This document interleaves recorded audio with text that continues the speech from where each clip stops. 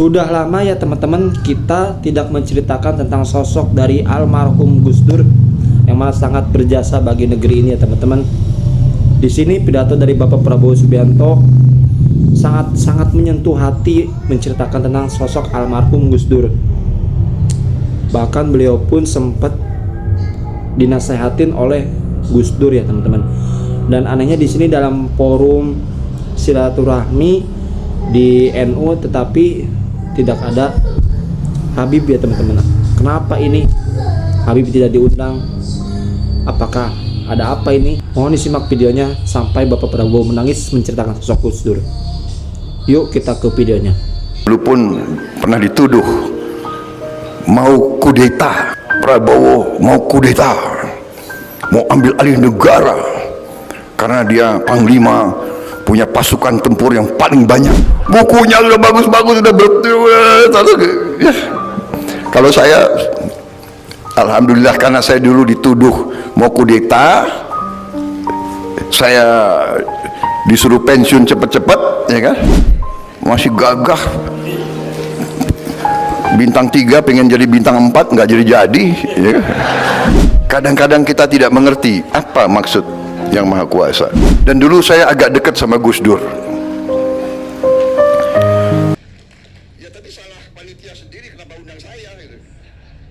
Kalau Prabowo dikasih podium, dikasih mic, itu nggak bisa pidato sebentar. Jadi salah sendiri ngundang saya. Mudah-mudahan bisa tahan. Tapi begini, benar. Jadi ternyata waktu saya belajar politik, saya mengira politik itu ya datang bikin konsep visi misi yang bagus, iya kan? Habis itu orang, oh visi misinya bagus, yuk pilih dia. Ternyata politik di Indonesia nggak seperti itu. Di bangsa Indonesia ini, jenderal-jenderal kita, panglima-panglima kita setia kepada bangsa, negara, rakyat, dan undang-undang dasar. Bapak-bapak sebagian besar sudah kenal saya lama, kira-kira kan begitu. Saya dulu pun pernah dituduh mau kudeta, iya kan? Prabowo mau kudeta, mau ambil alih negara karena dia panglima, punya pasukan tempur yang paling banyak. Dulu saya Pangkostrat, batalion saya 33 batalion tempur semua, ya kan?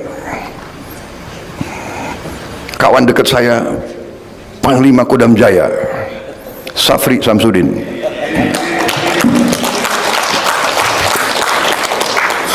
sampai sekarang masih kawan baik, masih membantu saya. Maksud saya mau cerita, ya kan, dituduh. Tapi saya bertanya, sejarah mencatat, apakah Prabowo kudeta atau tidak? Kan tidak. Dituduh mau, tapi tidak lakukan. Saudara-saudara, saya maju, saya menawarkan diri untuk berbakti kepada negara. Saya ingin diberi mandat, saya ingin untuk diberi kesempatan memimpin bangsa dan negara ini, karena saya merasa bahwa saya faham, saya mengerti apa yang sedang terjadi kepada bangsa kita ini. Saya faham bahaya-bahaya yang dihadapi oleh bangsa ini. Karena itu saya terus berjuang, tapi di atas jalan yang benar, di atas jalan undang-undang dasar. Saya datang di hadapan rakyat dan saya minta mandat. Kalau rakyat memberi mandat kepada saya siap bekerja untuk rakyat, untuk bangsa.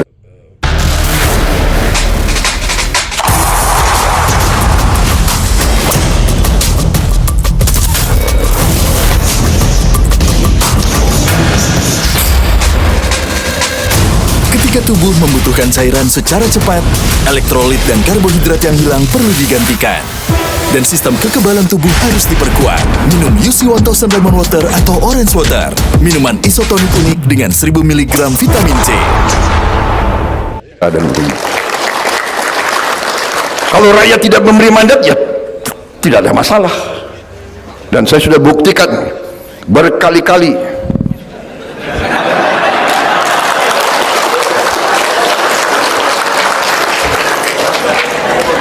Agak aneh ini ulama ini. Kok ketawa ya?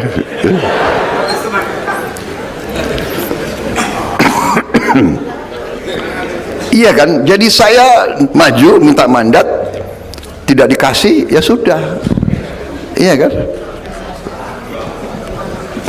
Ada kesempatan lagi, maju lagi, minta mandat lagi, tidak dikasih lagi. Iya kan?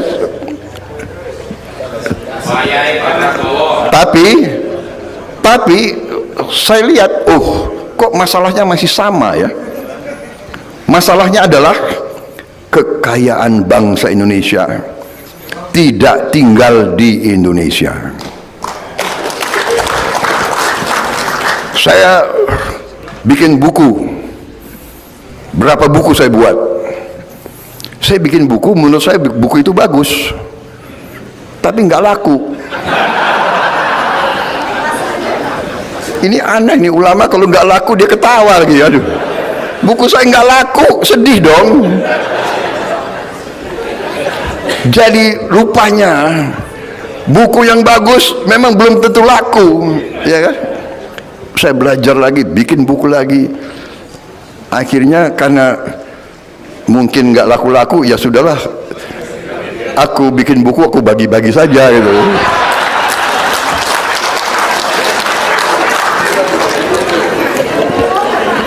Tapi saya belajar sekarang bikin buku jangan terlalu jelimet.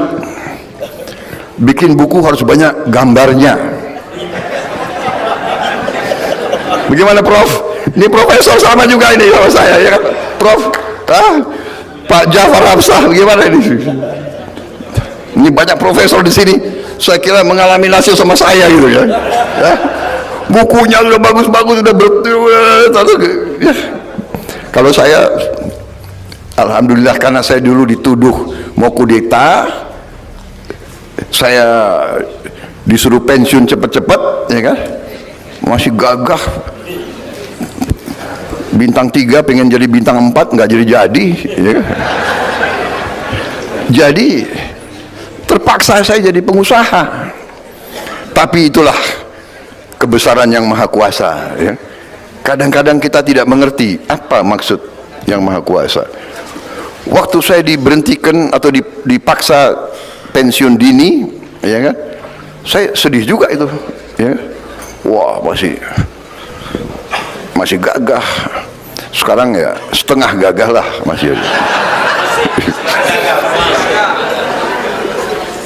Tapi dengan saya masih muda, sudah pensiun, saya karena dulu ya memang saya pensiun nggak punya apa-apa, saya jadi pedagang, saya jadi pengusaha, dan Tuhan memberi ya. Di situ saya merasa, mungkin itu maksudnya yang maha kuasa. Dan dulu saya agak dekat sama Gus Dur. Gus Dur itu orang mau percaya nggak percaya, kadang-kadang punya sesuatu, bisa melihat jauh ke depan. Karena saya dekat sama beliau, waktu beliau presiden, saya sering dipanggil oleh beliau. Jadi waktu itu usia saya masih ya relatif muda ya, masih fit. Saya sebetulnya berharap dari Gus Dur, karena dia presiden dan dia tahu bahwa saya sebenarnya tidak bersalah, saya berharap kalau bisa dia rehabilitasi saya, mengembalikan saya sebagai seorang jenderal. Sebetulnya harapan saya itu. Tapi beliau panggil saya,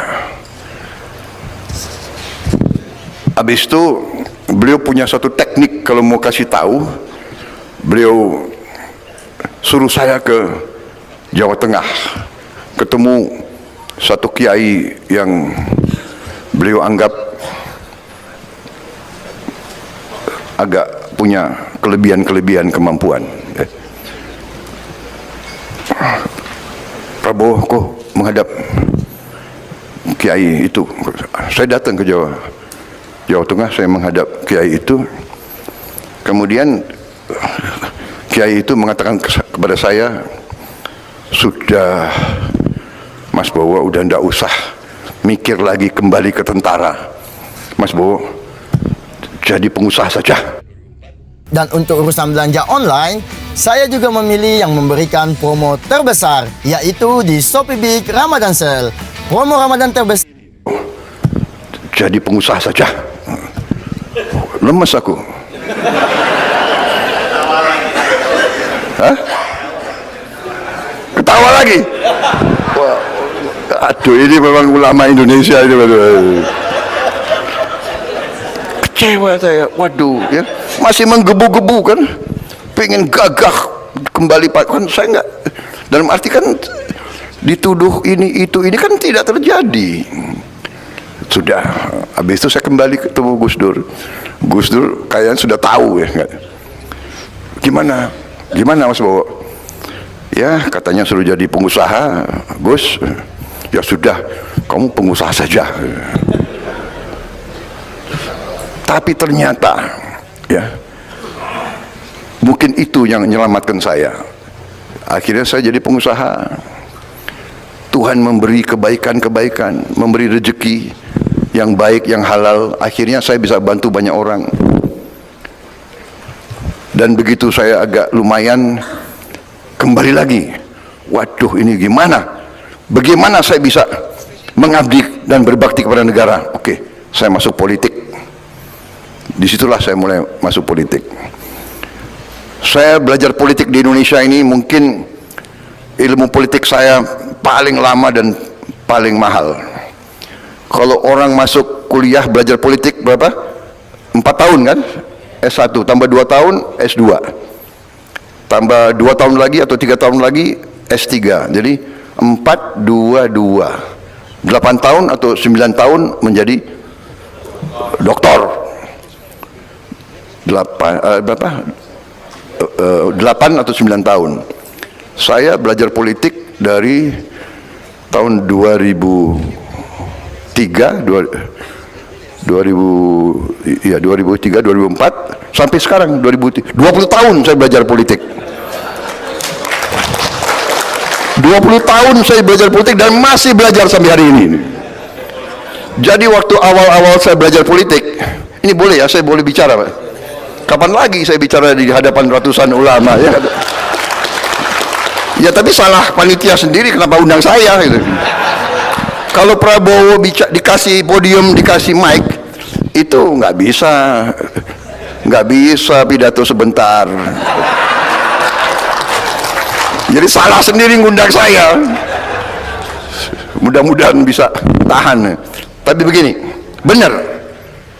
Jadi ternyata waktu saya belajar politik, saya mengira politik itu ya, datang bikin konsep visi misi yang bagus, iya kan? Habis itu orang, oh visi misinya bagus, yuk pilih dia. Ternyata politik di Indonesia nggak seperti itu. Pertama kali saya berada di sebuah partai politik, saya nggak sebut nama partai itulah, nggak enak. Pertama kali saya masuk, partai itu membuat konvensi. Dengan semangat saya ikut konvensi itu. Kenapa? Enggak, saya enggak sebut partainya.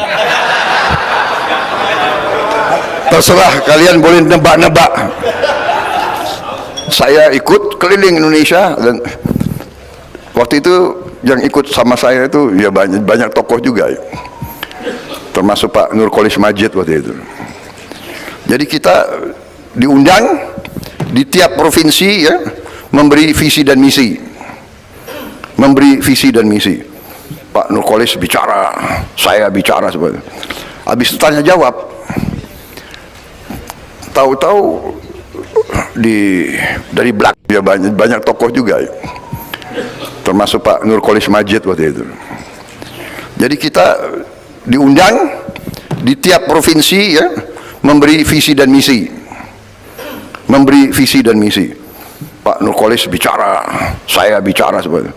Habis itu tanya jawab. Syukurillah, sholli ala Muhammad wa ala sayyidina Muhammad. Ya teman-teman, itu dia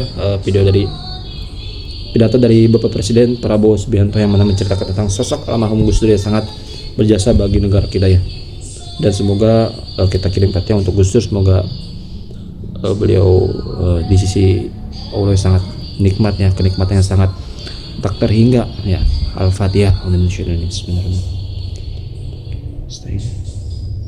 Terima kasih. Assalamualaikum warahmatullahi wabarakatuh.